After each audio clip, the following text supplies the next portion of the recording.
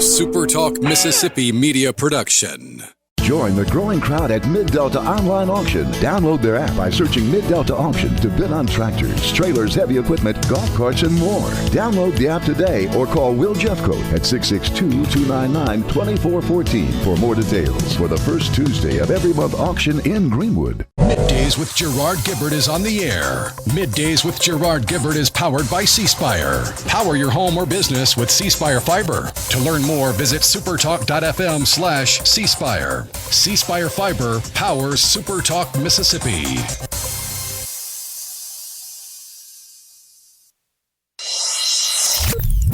Get ready to go beyond the headlines and join a meaningful conversation with people from around the state. You're listening to MidDays with Gerard Gibert here on SuperTalk Mississippi.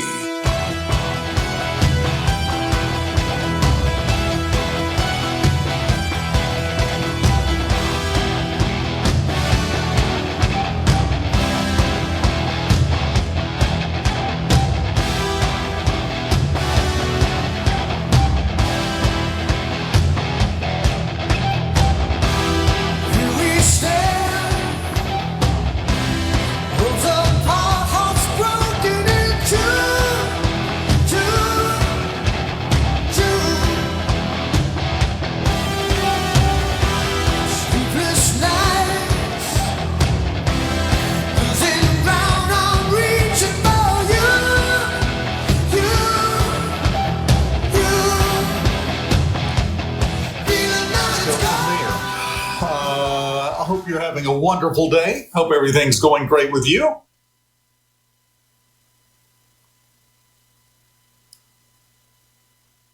Let's see, what is going on here?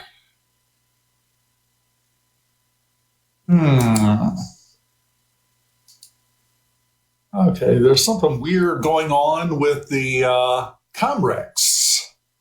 That explains it.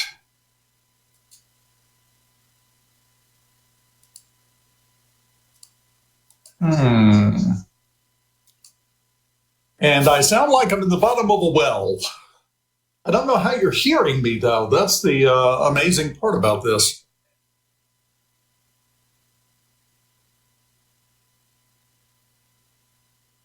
I'm not really sure what's happening. So we're going. This is the joy of live radio, by the way.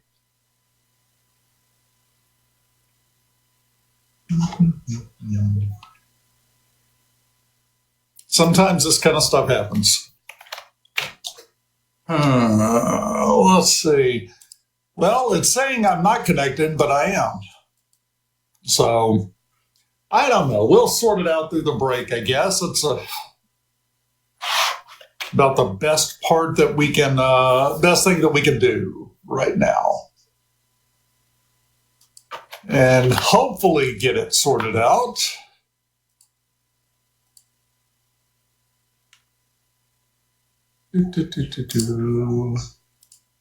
This is scintillating radio, let me just say.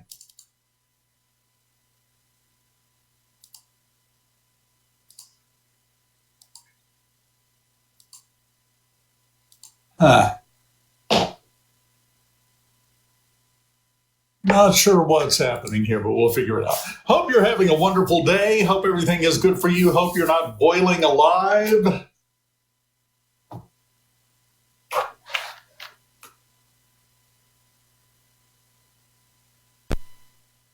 And let's say, I think I see why you're able to hear me, even though I'm not completely connected.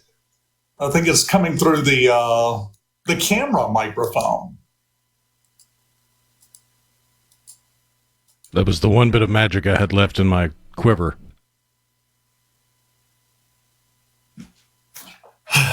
I blame Rhino.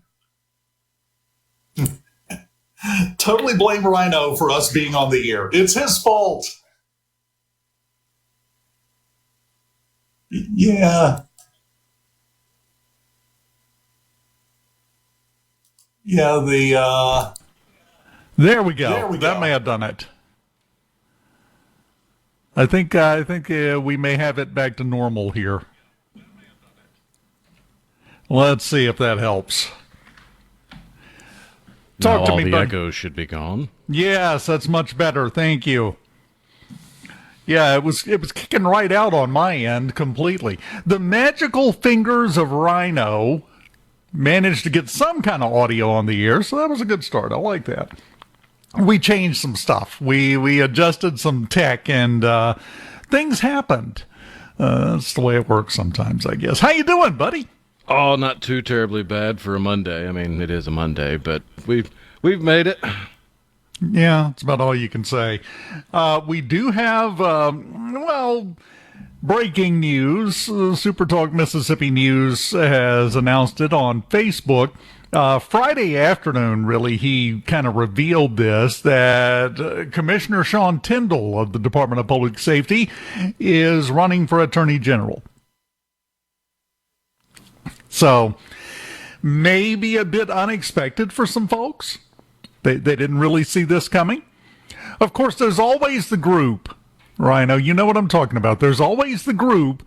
Oh, yeah, I knew he was going to do that. I've known that for 12 years that he was going to run. You know, you get that all the time. But he has several events set up for four, I think, Wednesday and Thursday. One on the coast, one in Jackson, a couple on Thursday as well. South Haven is one of those. Kind of covering the state with his announcement. Would you call him a party? It's an event, but would you call it an announcement party? I think they would appreciate it if you call it a party. I think it would. Makes more people want to show up. Yeah, exactly. There might be funny hats. Now, this is going to be interesting to see moving forward. We've been concentrating a lot on the governor's race because, well, that's the big one in most people's mind. But we have a bunch of other races that are going to be up for grabs. Has anyone else declared for Attorney General yet, Rhino?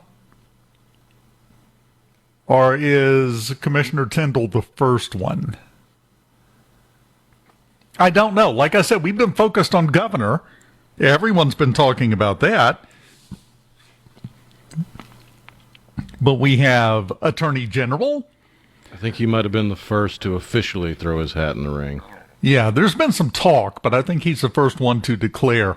According to the rumor mill, hasn't been confirmed, but State Auditor Shad White, currently on deployment, when he gets back, says he'll have more to say about it. But the speculation is he's going to throw his hat in the ring for governor, which means if that happens, we'll be looking for a new state auditor and a new attorney general and a new agriculture commissioner. And you get the idea. It's going to be a fruit basket turnover on the Capitol up there this time around. So we've got a lot of races we're going to be talking about, and we're going to have a lot of announcements before this is done. I wonder if we could get Count Benface over here. He did finally get enough of the vote to where he got his deposit back. Yes, yeah, he got 20-something% of the vote against Farage at Clacton. And it's really a fascinating part of English politics. They have comedy candidates. In most races, it seems like they have at least one candidate, the Looney Party, basically. And this is the first one that's really kind of caught attention. Now, keep in mind, this is like the 50th time Count Benface has shown up and run for something. It's not that many, but I'm sure it feels like it to the actual politicians in England. Why don't we do that here? We've had some of it, but not to the extent they do in England. I think it's the difference in qualifiers. I think in England, you just have to pay to be on the ballot, but it's something like £500, and if you don't get 5% of the vote, you don't get it back. So that's the way to keep people off the ballot that aren't serious. Compared to over here, you got to have signatures, and I don't think they have a signature system over there. That would do it. That would do it. Then, of course, over here we've had great characters like the guy that wears the boot on his head. What's his name? I forget. but he has run for president numerous times. Count Lizard or Vermin Supreme. Vermin Supreme, that's it, yeah. So we do have some of that, but it doesn't quite rise to the level of what goes on in England. That just, got me thinking about it since we're in the middle of, I would suspect this is going to be the busiest election season that we've seen in a long time in the state of Mississippi, with the number of statewide offices up for grabs alone. Because, well, let's see, governor, no incumbent. Attorney general, no incumbent. Agriculture commissioner, no incumbent. Possibly state auditor, no incumbent. We have 8 statewide offices. That's 4. That's half of them. Before we even keep going, now, Commissioner of Public Safety, an appointed position, which does bring up some other questions. We'll get into those on the other side of the break now that the microphone is working. It's that kind of day. Welcome to Monday on Middays in the Element Wealth Studios.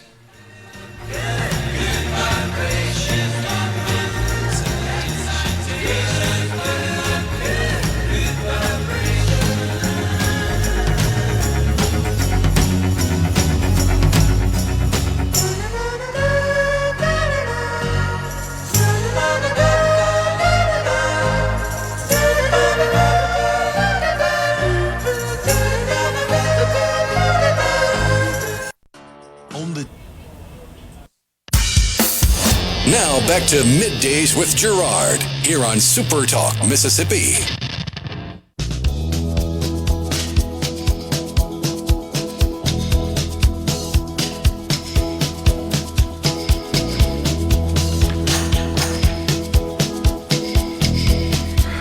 Welcome back. SuperTalk Mississippi Middays in the Element Wealth Studios. Go to myelementwealth.com or call 601-957-6006 to let Element Wealth help you find your balance between income, growth, and guarantees.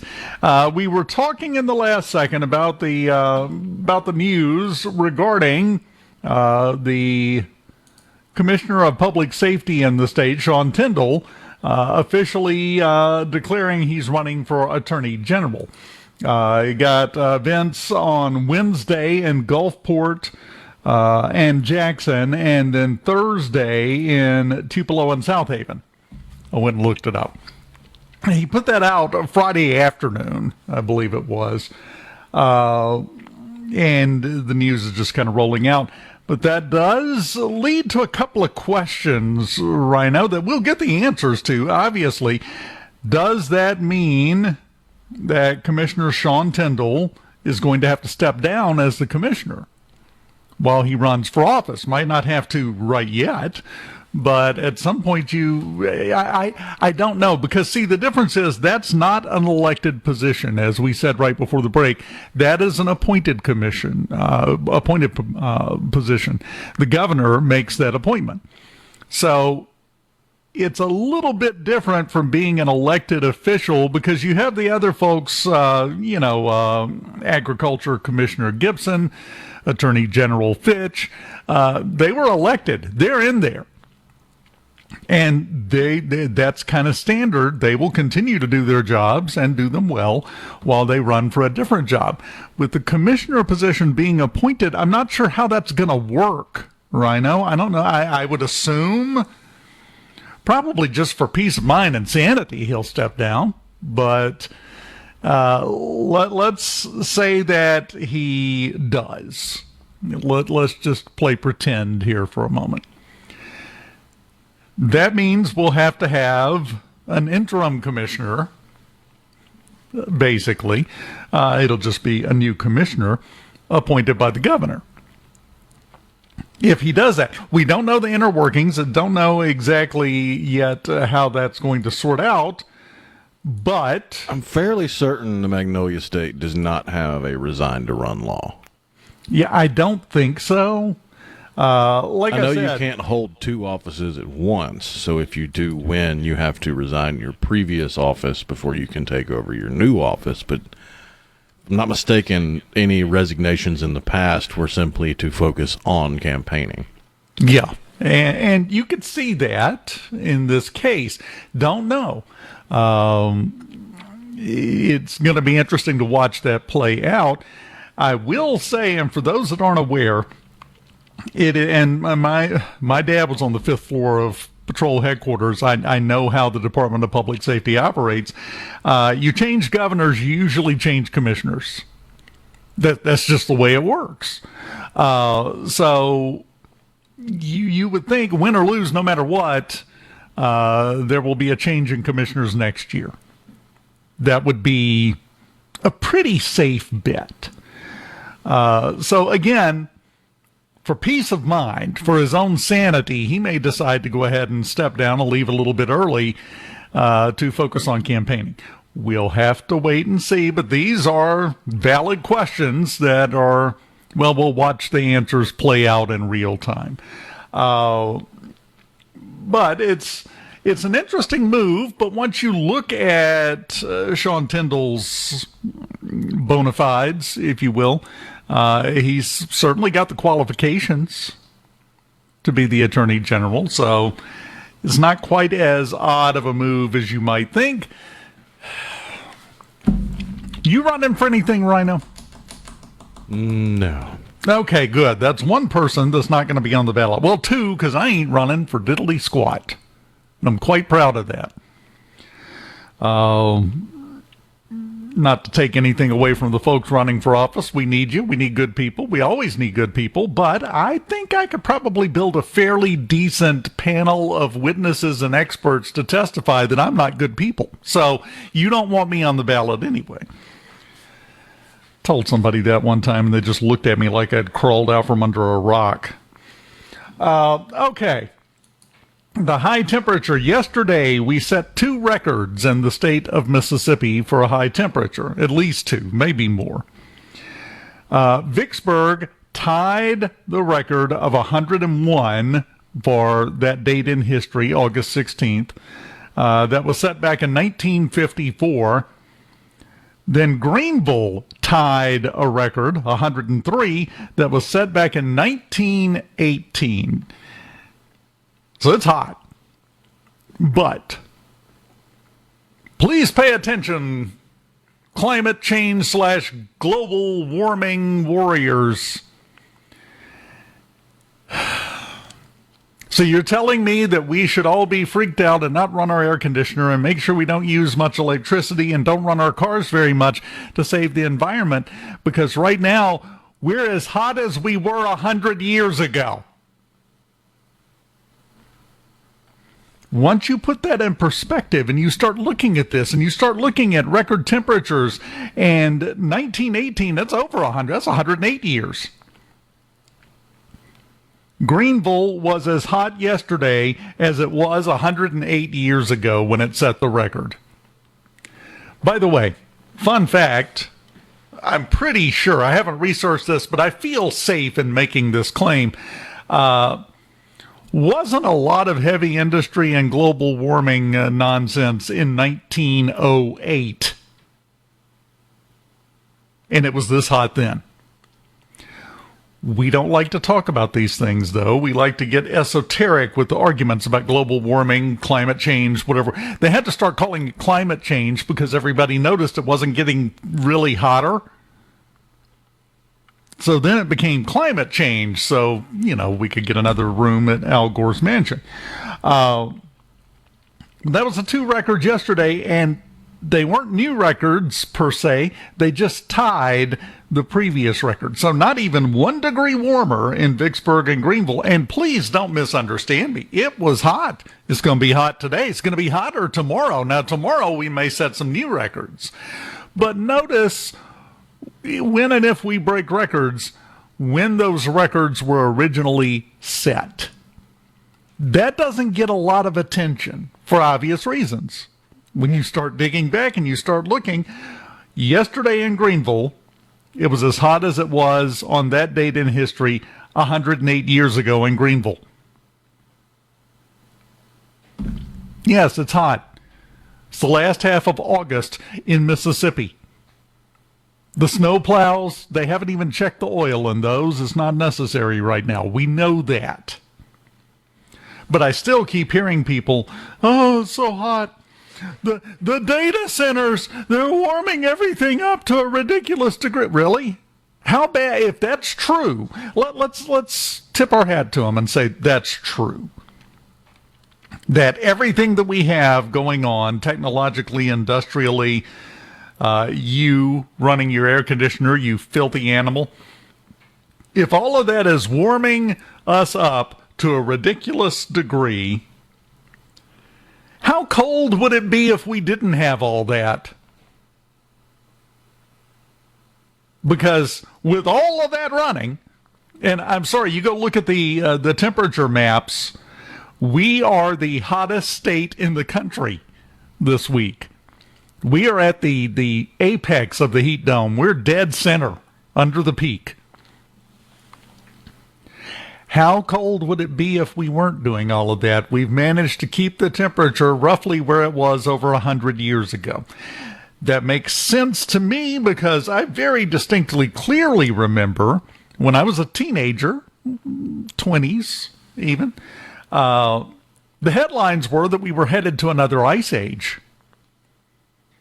They told that with all the seriousness and gravitas that they now proclaim that Florida is going to be underwater any day now, any minute. Just wait as the sea levels rise. Maybe we just staved off the ice age. I know it's a weird thought, but that's the best case scenario for the climate alarmists. Well, we managed to not freeze to death. Yay us! That's literally the only option to explain it away, because the temperatures don't show things hotter here than they've ever been. Now, I know there are different places all over the planet. I've heard there's at least 3-4 other countries. They're all experiencing heat. It's hotter this year. That's a super El Nino. That's it. It's a super El Nino. It's an El Nino from Krypton. But you do realize this stuff happens all the time, every few years, every decade, every couple of decades on a cycle. It's the strongest El Nino ever. Okay, when was the second strongest now? When did that happen? Just curious. Asking for a friend. We continue on this Monday morning on Middays, right after this in the Element Wealth Studios. From the Seabrook Bank. You're listening to Middays with Gerard Gibert, here on SuperTalk, Mississippi. Now that the smoke's gone and the air is all clear, those who were right there got a new kind of fear. You'd fight and you were right, but they were just Welcome back. Super Talk, Mississippi, Middays in the Element Wealth Studio. I'm watching a video. Did you hear about what happened at the Wisconsin State Fair last night? Oh, yeah. Holy cow. And I'm looking at the video. I don't have to take anybody's word for it in reporting, because sometimes things are downplayed or overplayed. No, there are dozens of people running around just beating up everybody they come across, it seems like. And I mean, beating them down to the ground and leaving them laying there. Are we approaching a point to where we had 4 different mass shootings over the weekend, one of them in Kentucky at some sort of street festival. The videos I saw of that one, not really a street festival, more of a concert type thing. The videos I've seen, it wasn't overly attended, I'll put it like that. The shooting just broke out in the middle of that. 1 dead, 4 others critically injured, including a 4-year-old. At what point do we kind of maybe ease off on some of the live events. I hate to say that, but it's not going very well right now. It just seems like when you have the state fair and that happens, I mean, luckily we have a very secure state fair in Mississippi. But at the same time, street parties, block parties, festivals, now state fair in Wisconsin. What's the solution for this? And I know we can immediately bark out the talking points. Oh, we need more fathers in the home. Depends on the father. As I have said a couple of times, if there was a kid and his father wasn't in the home because his father was still alive and still in jail and was Jeffrey Dahmer, would you rather he be released so he could teach him how to grill? What's the mindset there? There are some kids that are better off without the father in the home. It depends on the dad. There are no simple solutions. Everybody is looking for the simple, soundbite, easy solution. That doesn't exist for the violence problem that we have continuing all across America. So, what do we do? I hope you want to know my opinion, Rhino, because I'm about to give it to you. I know, big surprise, right? We need to have penalties that people are afraid to suffer. There is a large contingent of people, if you sentence them to go do 3 years in jail, that's a career move for them. If they're related to gang activity, that's cred. We have to make the penalties a deterrent. Because judging by results, right now, it's not a deterrent. People don't care. They're being overruled by other things, whether it be impulsive actions, whether it be a complete narcissistic outlook on life. The only thing that matters is me and what I'm feeling and how I think right now. There has to be something that overcomes that outweighs it. Because, I'm going to tell you a secret here. People really do not like to have this conversation because we live in the world where everyone thinks that everyone is good. And there's some external force, there's some external circumstance that makes people bad. Does it help? Yeah. Some people are just bad, though. Some people are not good. And it doesn't matter what you do for them. They're not going to be. Look at all the serial killers. I mentioned Jeffrey Dahmer earlier, John Wayne Gacy. I mean, all of these, do you really think it was external factors that led them to kill dozens of people? Some people are not good people. Now, that is a range. There are degrees to it. Some people are not good people only to the extent of they'll park in the handicap spot even though they're not. Some people will run around the state fair and beat everyone they see into submission on the ground because, why? I don't know. They feel tough? Makes them feel better about themselves? Or they're just jerks. They're just evil.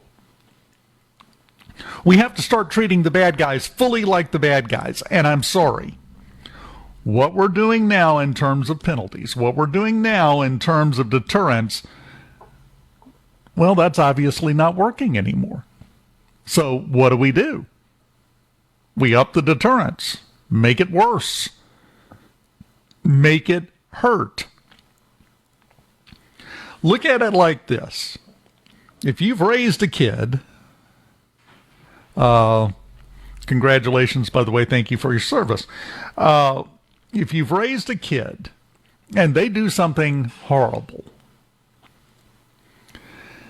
had one of my kids, had a pickup truck at the time, had a toolbox in the back. I get home and the back glass is shattered in my truck. It's gone. So I assemble the family meeting. Like, okay, what's going on? And someone finally admitted, well, I got my BB gun and I wanted to shoot some cans, so I just set them up on top of the toolbox and started shooting at them. Which immediately led me to the next question, which was, you didn't notice the window breaking? Now, if that had been reacted to with a punishment that they had to go spend at least 5 hours for the rest of the day in their room playing the PlayStation, is that going to teach them any lessons? Is that going to be a deterrent from them doing it again? Or are they going to think, oh man, I hope I don't have to go play PlayStation again. I better not do that. No, it's got to be something that gets attention. It's got to be something that sticks in the memory and overrides some of those impulsive, intrusive thoughts that people have, whether they are accidental or whether they're just part of who they are or who they're becoming as a person. We have to step up our game. And I think step one is quit caring about their feelings. Are you talking about being inhumane? What do you call shooting people out having a good time at a music festival? What do you call beating everyone down to the ground that you run across in the rides area at the state fair where all the kids hang out? Is that humane? Inhumane actions, to me, call for more inhumane punishments than what we're getting. And I think the results speak to that. You need to have something, some deterrent, some punishment to whatever it is. I don't know. I'm not here to discuss, to decide the policy. But it needs to be something that these people that ran around the Wisconsin State Fair, beating people up left and right, looked like quite a few of them were teenagers or early 20s, is what it looked like to me from the video. They need to suffer consequences for doing that, to the point to where next time somebody suggests, hey, let's go beat up some people at the state fair, they go, oh, no, man, I'm not going through that again. Nope, not going to happen. That's a decent part of how rehabilitation happens. The only question is, do we have, how do I put it, the moral fortitude to do that? I don't think so. We have the big discussion right now about Sharia law that Ag Commissioner Andy Gibson has been talking about and brought to everyone's attention. And we had the judge that was sworn in Benoit, which raised a firestorm. We don't want that here. The Bible says eye for an eye, doesn't it? We're only going to follow that sometimes, I guess. Just my thoughts. Going to make me very unpopular in certain circles. Side note, I don't care. I'm looking at facts. And the fact of the matter is, if the punishment doesn't hurt enough to make them want to change and moderate their own behavior, might as well do nothing.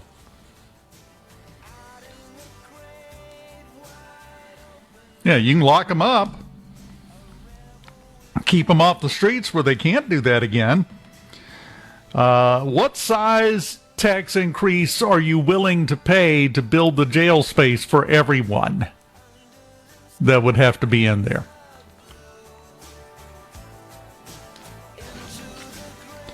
Yeah, now it gets awkward. The conversation changes.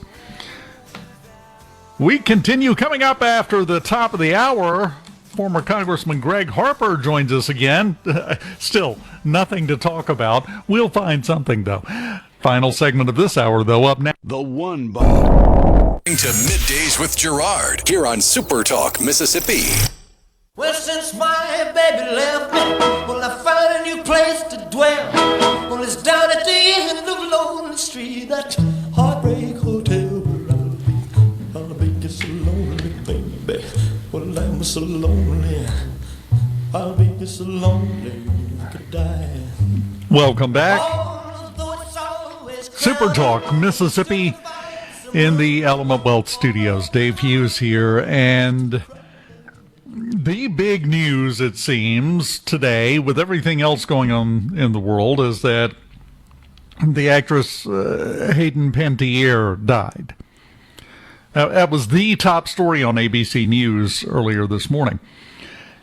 And the rumor mill has already begun. They've gotten the 911 call audio and everything. There was apparently a call to get some ambulances because somebody was going into cardiac arrest, possibly from an overdose.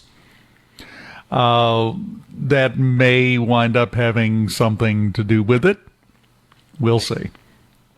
Her brother died just 3 years ago at a younger age. Brother. Yeah. Of a heart condition. Yeah, he had an enlarged heart, I believe. Wild stuff. She was 36. And, you know, it seems like there are two groups now. The ones who leave us and the immortals like apparently Mitch McConnell. Governor Beshear in Kentucky says he still hasn't heard from him. You know, he sent a letter a month and a half ago demanding some sort of proof of life. Nothing. Crickets.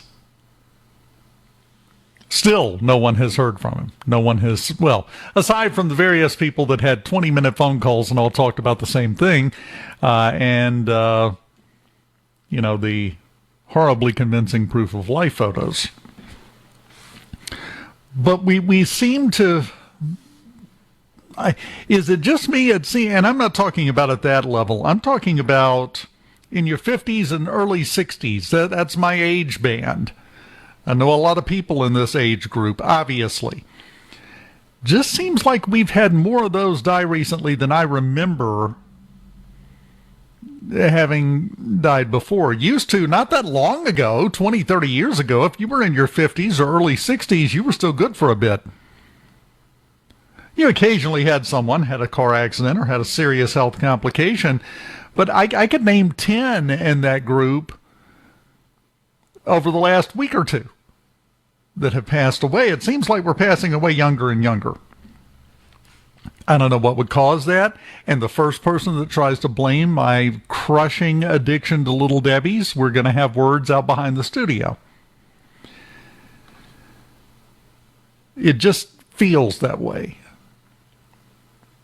But the problem with that is, well, going back to the punishment fitting the crime argument I was making in the last segment, what things feel like is not always an accurate representation of how things are going. It may be no different than it ever has been.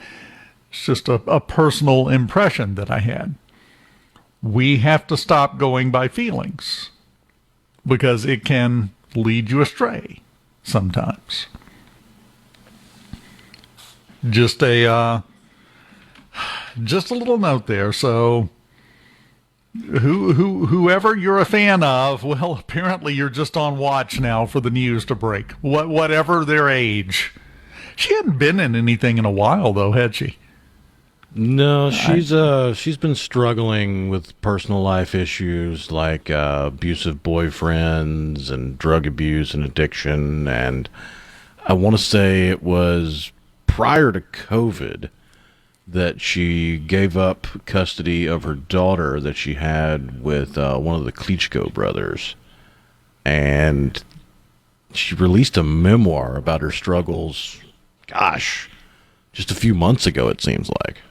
Yeah, it wasn't that long ago that book came out, and she was very frank and forthcoming about it, but that does lend some credence to the 911 audio that's been released that there may have been an overdose involved in this. We'll see. We'll find out eventually. The truth always comes out. The problem is the world we live in today, everyone wants all of the truth, 100%, every last detail, and they want it right now, immediately. The world never has worked that way, nor shall it ever work that way. So we'll just have to lay back and see. Did you lose a boat? Do you know anybody that lost a boat, Rhino? No. They found one, the Coast Guard found a boat floating 16 miles off the coast down in the Gulf. On the back of it, it's the boat's name is the Madison Kate, and it's painted, says Laurel, Mississippi. So, Laurel, if you're missing your Madison Kate boat, well, I assume the Coast Guard has it. I don't know if they just left it drifting or what. I'm sure they brought it back. But I don't know. They just found it. Nobody on board. Nothing about just floating out there. The mysteries never end. Coming up after news from Fox News and SuperTalk Mississippi News, we've got former Mississippi Congressman Gregg Harper joining us here on Middays. Keep it here.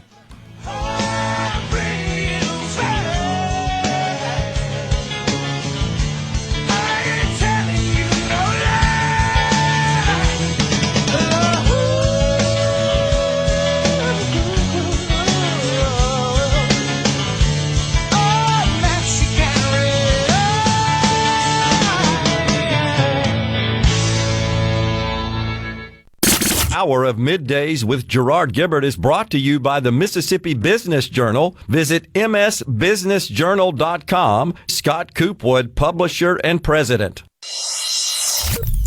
Get ready to go beyond the headlines and join a meaningful conversation with people from around the state. You're listening to Middays with Gerard Gibert here on SuperTalk Mississippi.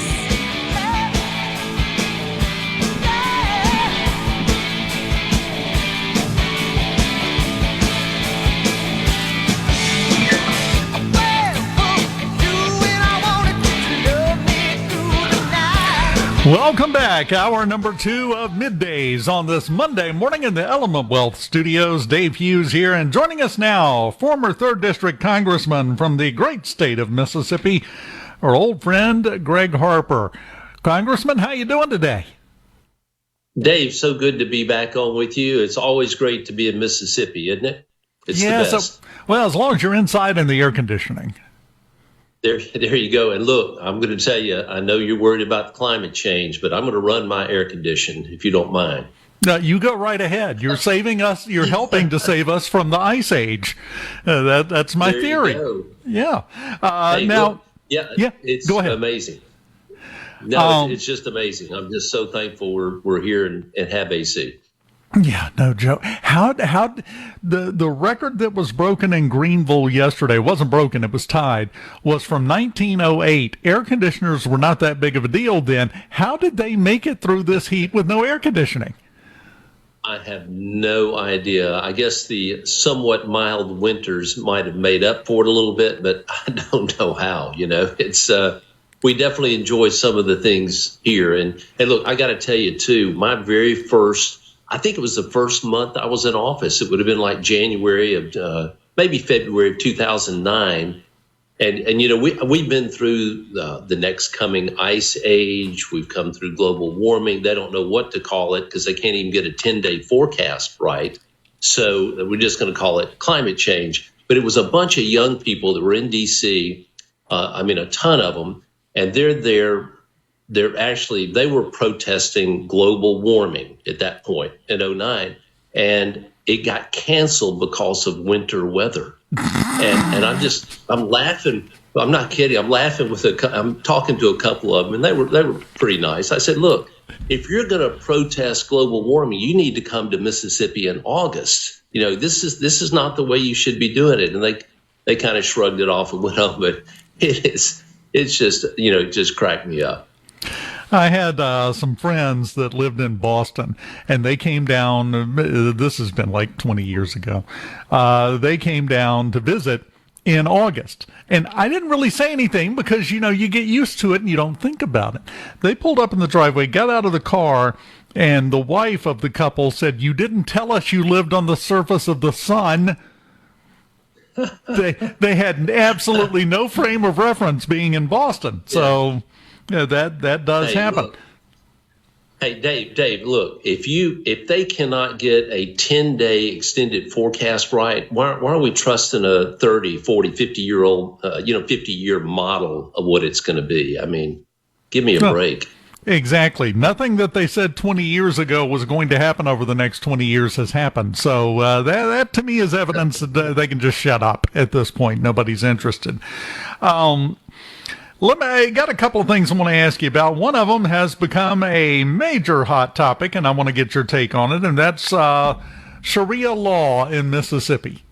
This has become a major talking point all over the country, not just here. It's just now broken out here. What, if any, are your thoughts on this? Well, I will say this. I know a law was passed here in 2015. I don't know if we look at other things, whether it's Constitution or other laws that will govern it, it's pretty clear that no federal law or religious law could be done in this country and not be in violation of the U.S. Constitution. So I think we've got some safeguards. It's certainly a big, talking point at this time. But I'll say another thing, too, and that is, this is something that we all have our very strong, feelings on. But if a judge who is Muslim is in Mississippi, they're still bound to follow our law. And if they don't, they're going to be removed from office. So I think it's maybe a little early to see what the ramifications are. And remember, it's a municipal judge in a small, town in the Delta, and this is not the Mississippi Supreme Court or the Court of Appeals. So, it remains to be seen what happens. It'll be looked at, closely. But I also believe that with all the division we have in this country, whatever level it is, there really is only one unifier, and that's going to be Jesus Christ. And so how do we do that? How do we properly share that gospel with anybody that's there? But look, I think we'll look at it. Let's see what's going to happen. I'm not ready to say, they're going to remove her from office until she does something that indicates that she's doing something contrary to what our Constitution, state and federal, would be. Well, she graduated from law school at MC. I mean, it's not like she came here from somewhere else. She was born in America. She graduated at MC. So it's a slightly different thing. But we seem to have lost the ability to detect and respond to nuance. Do you think that's fair? Yeah, it is. If I knew what nuanced meant, I probably could answer that question.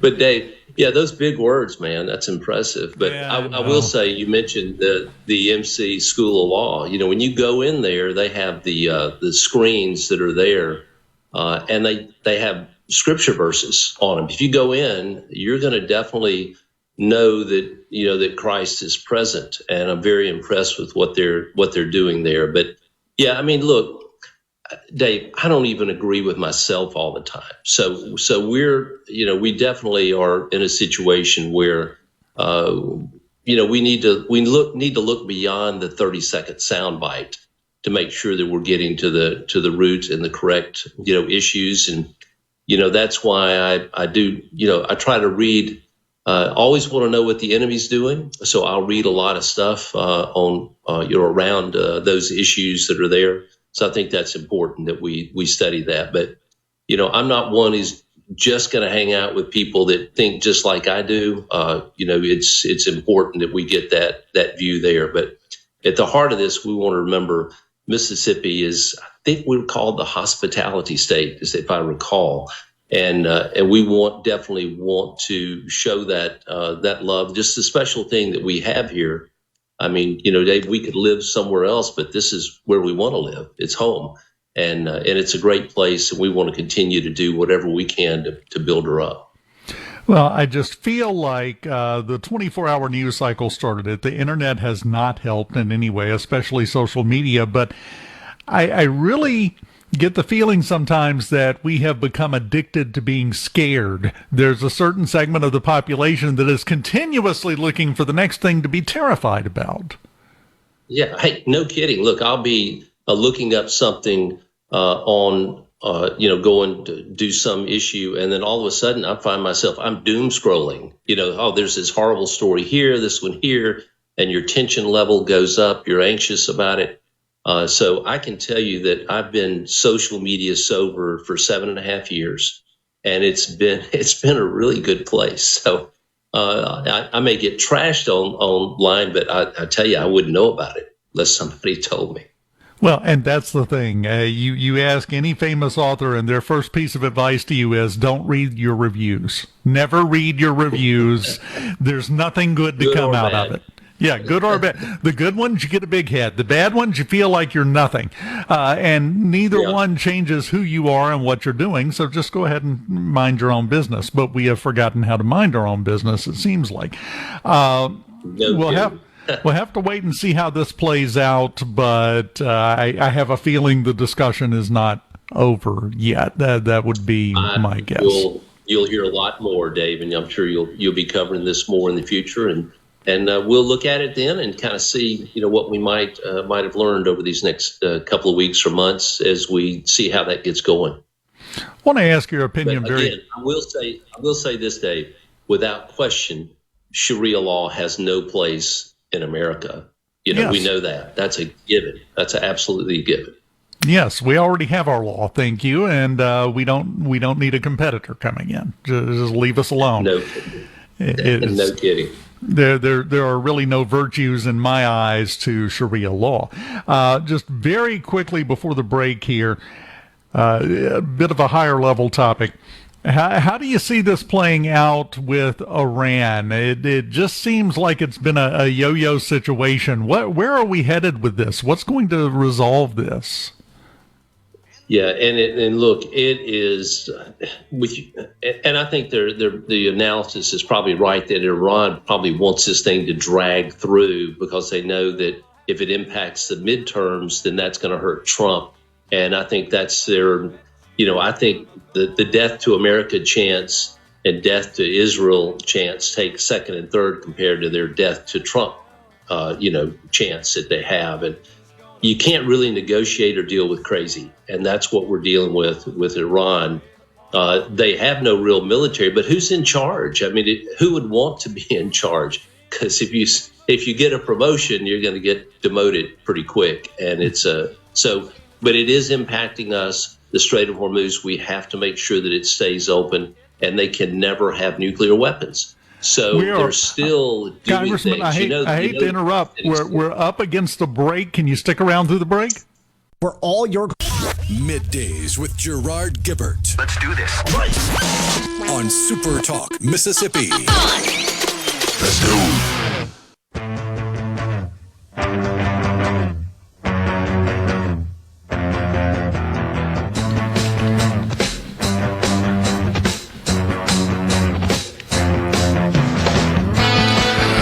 Welcome back.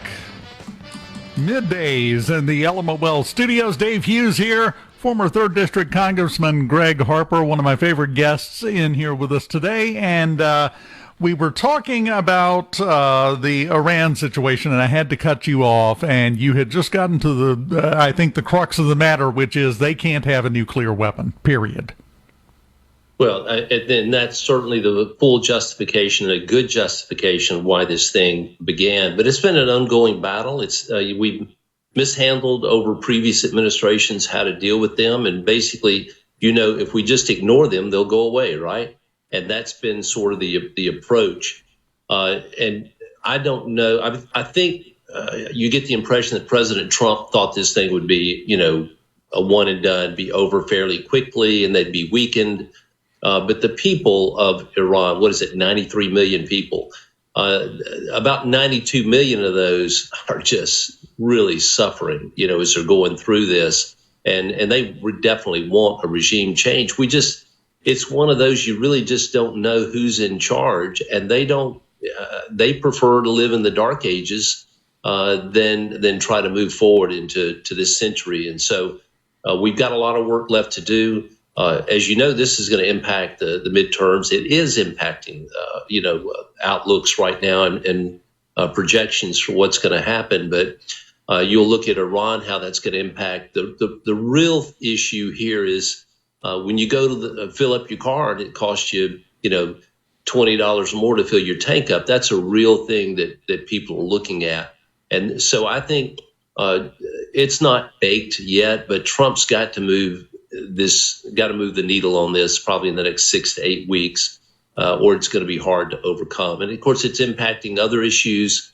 But look, they got to talk about the important things. Look, manufacturing is booming in this country under his leadership. There's so many good things that happen, but we don't hear a lot about that. But right now, you look at the Senate, we've got some critical races that are coming up. Maine, how does Susan Collins keep winning? Well, she certainly probably couldn't get elected in Mississippi. But as a Republican in Maine, she manages to do that. I understand have a superior constituent services group that works for her that take care of folks. And remember, if you look back in 2020, I think Biden won Maine by like 9 points and over Trump. But Susan Collins won her race in 2020 by about 9 points. So she's able to flip those independents and others. The women voters that went against Trump in that race, she won the majority of those. So she's really done really well. So we got to win Maine, and it would have helped, although I'm not a big Paxton fan in Texas. It would have helped if Paxton maybe had been in Texas celebrating the 4th of July rather than be in London with, his girlfriend. So those things don't help us a bit, but I think we're going to win the Senate. I know Senator Hyde-Smith's working really hard on her reelect, and I know she'll keep that up through that race. So I do believe we'll keep the Senate. We may lose, a net of 1 or 2 probably. The midterms for the House, the redistricting is going to help give us a little bit of cushion, and the fact that, hey, look at some of the crazies that are getting, nominated by the Democrats and back to the Senate. Michigan is one that's sort of going to be the gift that I think will guarantee that we're going to keep the Senate. And I served with Mike Rogers, who's the Republican in that. He served 14 years in the House. Incredible person, Army vet, and also FBI agent, chairman of the Intel Committee. This is a solid guy. It would be an incredible, and he came close, a couple of years ago, 2 years ago, but I think he's going to win this time because of El Said or whatever. I'm not going to give his full name because you get in trouble if you do that. Yeah, well, we'll be on a watch list if you give his full name. The thing is, this is to me kind of a manufactured movement in a way, with the supposed Muslim takeover of America, because you gave the perfect example. I think you got Susan Collins in Maine, who the most charitable way to talk about her record is she's an extremely centrist, moderate Republican. I think that's a charitable way to put it. But she wins, and she wins big as a Republican there. Like you said, she couldn't get elected in Mississippi. Then you've got Ken Paxton on a lover's trip, and he's doing well in the polls, but that's in Texas. So what happens in Michigan does not reflect what's possible in Mississippi, I don't think. Yeah, without question. And then, we've got some issues, obviously, in Ohio. The current senator's got a really big challenge from the previous Democratic Senator Brown that will right now doesn't look promising today. I know we're still a good ways out from November, but yeah, Texas, you got to win. Now you may not get. Susan Collins may not be with us, 100% of the time, but I'd rather have 80% of the time than no percent of the time, which is what we would get with the crazy stuff. And the Democrats are having trouble trying to come up with a candidate who doesn't beat up on women. So that's probably been a little issue, for them.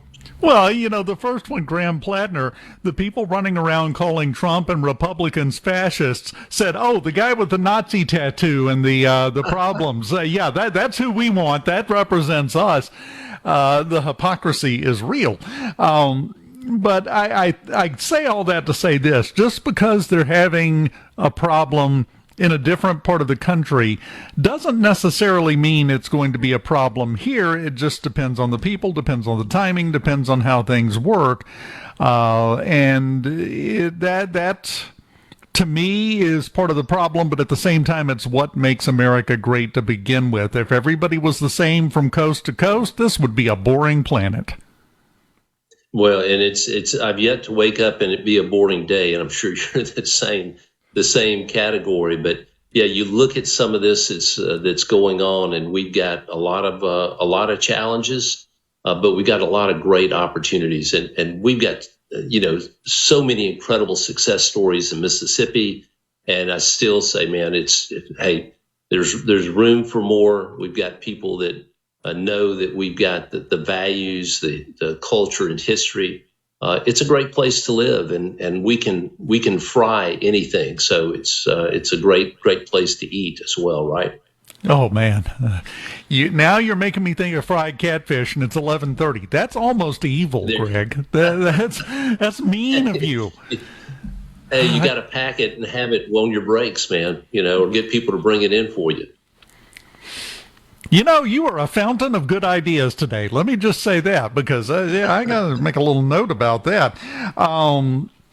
So moving forward, one final question here. People are continuously declaring for state races. Scale of 1 to 10, how crazy do you think the next year of electioneering is going to be in the state of Mississippi? Well, certainly redistricting that's going to take place on the state level this fall, probably in a special session. And then we look at what's going to happen in Mississippi and when the legislature's in January, February, March of 27. What's going to happen there? Will there be a way that districts can be drawn that would give a majority district in all four for potentially for a Republican candidate? I think that's very likely that that's going to happen.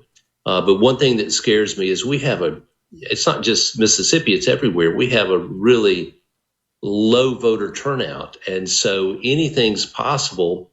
If you don't get your folks to the polls, then you can lose a race that you should have won.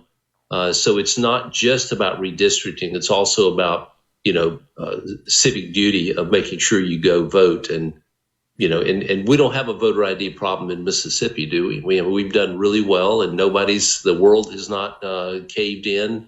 And if only the rest of the country could do it as good as we do it. Well, that's not possible. We're in Mississippi and they're everywhere else, so they lose by default. The thing is, I think this goes back to what we were talking about earlier.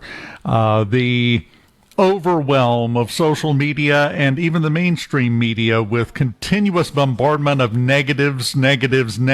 We sometimes forget to look at the positives, and we're doing pretty doggone good in Mississippi. Yeah, absolutely. And you go look at the story on manufacturing in Mississippi. It's a real boom, and in the country. So we're seeing on that. So from the business side point, from the side and the economy, we should be singing a better tune and promoting that. But you look at, particularly on social media, you look at all the division and what's happening, and people are just, you got to say, okay, who's behind the push to divide us? And there are our enemies are definitely trying to divide us. And so we need to maybe put the cell phone down some and actually carry on a conversation with somebody, like look them in the eyes. And it's hard to be mad at somebody you spend a little time with. Former Congressman Gregg Harper, from the seat. Middays with Gerard Gibert. It is on SuperTalk, Mississippi. People try to put us to down, talking about my generation, just because we get around, talking about my generation. Things they do look awful. Welcome back. The Element Wealth Studios, SuperTalk Mississippi, and Middays. Tomorrow afternoon at Sports Talk Mississippi, on the road again for the Not Fall Camp Tour. They're going to be at the library in Oxford, so you know it's going to be a rockin' show, as it always is. Brought to you by Pearl River Resort. Go to pearlriverresort.com for more information about your destination for casino thrills, family fun, and live entertainment. One thing, and we were talking to Congressman Harper, always enjoy having Gregg on the show. We kind of tend to wander all over the place, you may have noticed. That's the way it goes, though, when you have good conversations.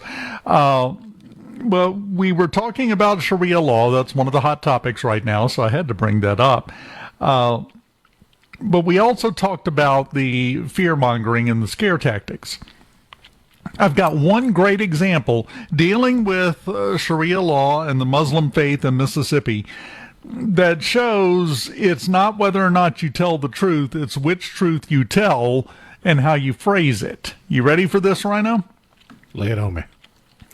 The people that are shooting against it, so to speak, that say it's not a problem, are bringing out the point that it is less than 1% of the population of Mississippi that are Muslim. I'm sure you've seen that, right? Oh, yeah.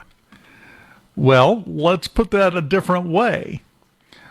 What's the second most believed in, most popular religion in Mississippi behind Christianity? Muslim. Go look it up. We are an overwhelmingly Christian state, obviously, but it depends on how you say it. Which one are you going to be scared of? Less than 1% of the population, or the second most popular, only behind Christianity in the state of Mississippi? It's how you tell the truth and which truth you tell. This happens to you all day, every day. National media, they have become past masters of this. And people don't realize it because both of those things are true. They are factual. One sounds scarier than the other one, doesn't it? One allows you, if you omit the fact that it's less than 1%, you got to have the whole truth. If you omit the fact that it's less than 1% and you're just told it's the second most popular religion in Mississippi, well, it hits a little different. This is how people on every topic under the sun, this is not limited to this is just the topic du jour, and I had a perfect example of what I'm talking about to use with it. You get manipulated every day, and sometimes it's by telling you the truth, just not all of the truth. We walk around, we scream that we demand the truth, we deserve the truth, we need the truth, we need to start demanding all of the truth so that we can make informed decisions. I mean, I agree with Congressman Harper, Sharia law has no place here. None.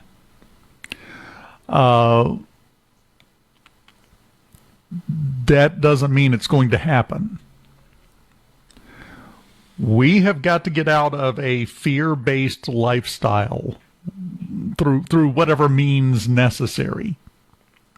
Unfortunately, Rhino, you and I are research nerds. Let's just be honest. Sadly, yes. Yeah, both of us are. Most people are not. They hear what they're told. They know what they read. That was presented to them, and then they move on with their life, and that forms their rock-solid basis of fact. That's not the whole thing. You hear many times, either me or especially Rhino, I think you're better at it than I am, Rhino, will come out with some ridiculous, obscure fact to back up a conversation we're having that nobody knew, except for Rhino. You're just good that way, dude. I appreciate that. You are. That's what I'm talking about. You have to be able to look into things. You have to be a detective these days. And detectives they don't grow on trees. So we're at a disadvantage. We're running the race with 1 foot in a bucket of cement to begin with, in general. And people are busy. They're stressed. They're tired. They don't have the time. Rhino and I are lucky. We get paid to do this. We get paid to dig into stuff. But most people are not in that position. So all they have time for is, the national news, whatever pops up on Facebook when they're just trying to scroll and see if any of their friends have new grandbabies. And then they get peppered with 20 different things. Some may be true, some may be not true. quite a few of them mostly true. And here we are. I'm just saying, before we have a panic, before we have a freak out, know all the facts so that you can see things in a proper light. That's why I like the system they've used on Twitter or X or whatever it's called nowadays with the community notes, because everybody that's a part of the community note program or whatever is voting on the veracity of the note. But you also have usually multiple notes with multiple sources. You can go in and check the information for yourself. Yeah, somebody else does the detective work for you. They do the research. Because we now live in a world that is complex enough, you have to do that. If you're going to know the full truth and know what you're talking about, you have to do that. And until we reach that point, the community note system is beautiful. I love that. Same as you. Sometimes I'll see a post on X and it just came out and I'm like, well, the community notes are incoming on this one. I can tell you that already. And sure enough, they'll pop up and go, as it turns out, this is a load of bull. And every once in a while, the lack of community notes is telling. Like, for example, the pictures of Nancy Mace over the weekend with her plethora of newly gotten tattoos. And it's like, hang on. Waiting on the community note to show up and say this is AI generated or a spoof, and the note never showed. Yeah. It's not a full sleeve. It's just like different tattoos dotted up and down both arms. I do have to wonder what the big deal about that would be, but that is unfortunately a side effect of the polarization that we're dealing with, because everything is a bone of contention with someone, so it must be a problem for everyone. She got tattoos. It's her arms. Her money she spent to get them. Knock yourself out. Doesn't bother me. But because it didn't have a community note, I went down the rabbit hole and found her. I think it was New York Post did an interview with her where she talked about how, yeah, she's gotten 9 different tattoos since becoming a member of Congress. Because getting inked provides, quote, the pain that I need to feel, end quote. Okay, that's a fairly weird reason. But at the same time, her arms, her money, whatever. I don't care. If she's wearing an outfit with sleeves, you don't know. So how much impact is it really going to have on your life? I mean, I am at 0 on the tattoo meter. I don't have a single tattoo, but I don't see a problem with them. But there are plenty of people that do, and they demand that you give their opinion the respect you would give a natural law.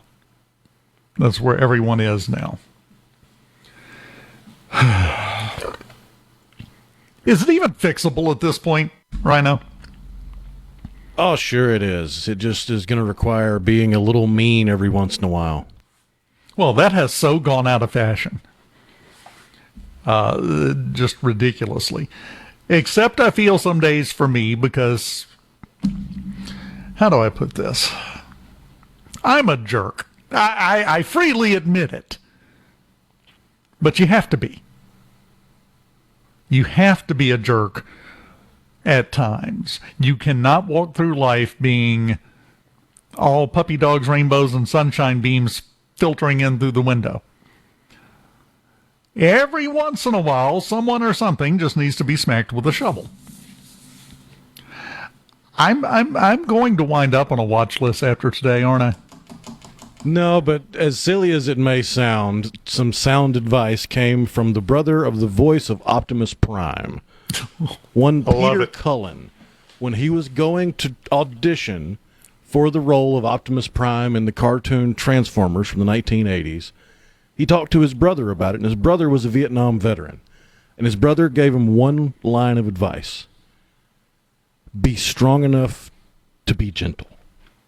Yeah. Yeah, exactly. Gentle is not where you start, necessarily. But you get there by having the self-assurance, having the strength, having the ability to see the good in people. But at the same time, that doesn't mean you just let everything go. That's the fine line that we seem to have trouble walking right now, in my eyes. Sometimes things don't call for being nice. Well, they're going to move me to the back pew in church this week, and that's okay. I understand completely. Final segment on this Monday of Middays in the Element Wealth Studios on the way next. Keep it here.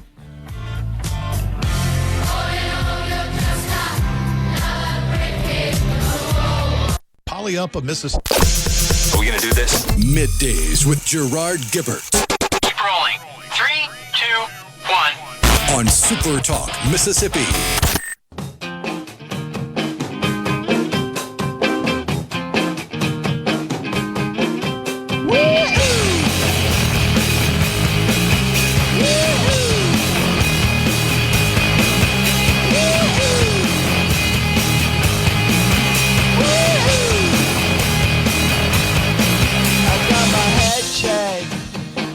Welcome back.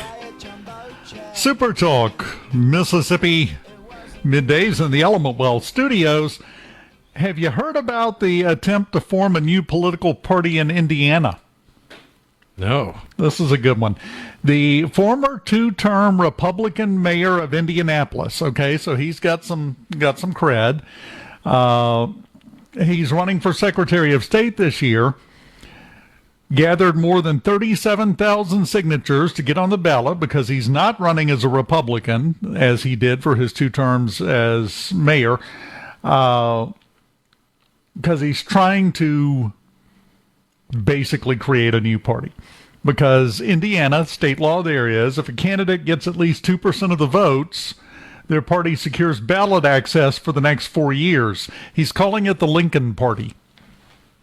That's his stated goal. He wants to get at least 2% of the vote so that the Lincoln Party can be on the ballot for the next 4 years. You and I have talked about this. We are a 2-party system, and that's it. There's been other parties throughout history. Closest we've come to having a third one was the Reform Party when Ross Perot came in and basically messed up the election.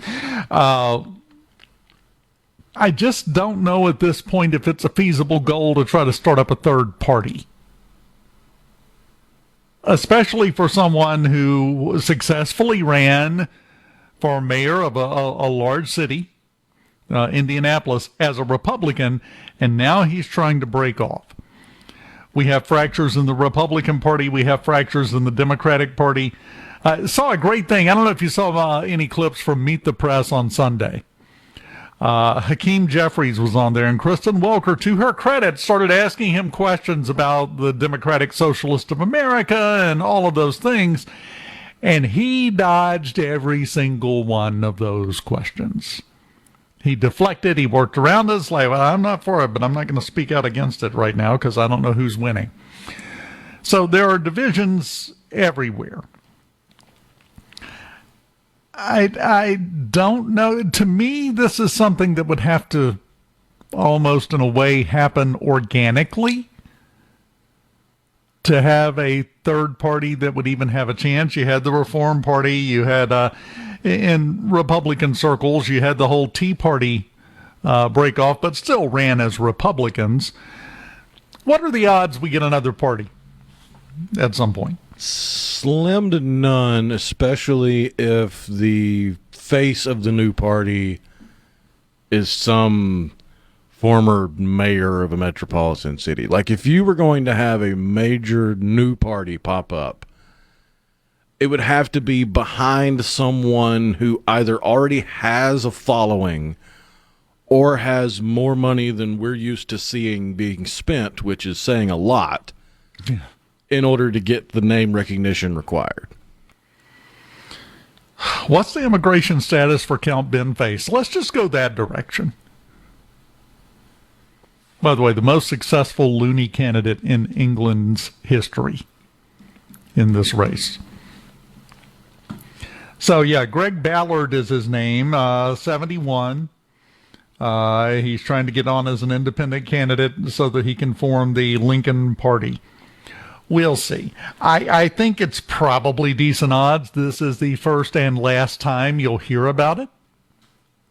Just a thought, even if they get on the ballot, because it doesn't work that way anymore. It never really worked that way. All the way back to the Whigs. I mean, we've got a long history in America of trying to come up with a new way to do things and settling on the old way to do things. And I think that will go the same exact way. Very quickly, scientists were trying to perform some atomic experiments and accidentally turned lead into gold. They were bombarding lead atoms into each other, and it knocked out the appropriate number of protons and turned the lead atoms into gold atoms. Now, this would be an incredibly expensive, unwieldy... Sir Francis Bacon did not have access to a linear particle accelerator, so he was never going to get there. But it is now possible. We know it's been done. Yeah, when you're talking about the scale of what they've produced, they've been running this experiment for years now, and they have produced 29 picograms of gold. Yes. That's Not 86 billion gold nuclei, but that's less than a trillionth of a gram. Not even enough for a decent tooth filling. Or a grill. Just wanted to throw that out there. You can't turn lead into gold. Well, just like all other absolutes in the universe, that is immediately followed by the words, unless. That's the way it works. You have a wonderful day. We got to get out of the way for the great outdoors. Rhino, enjoyed it as always, sir. Oh, yeah. And we will do it again soon, I have no doubt, here on Super Talk Mississippi, my friend. I'll see you then.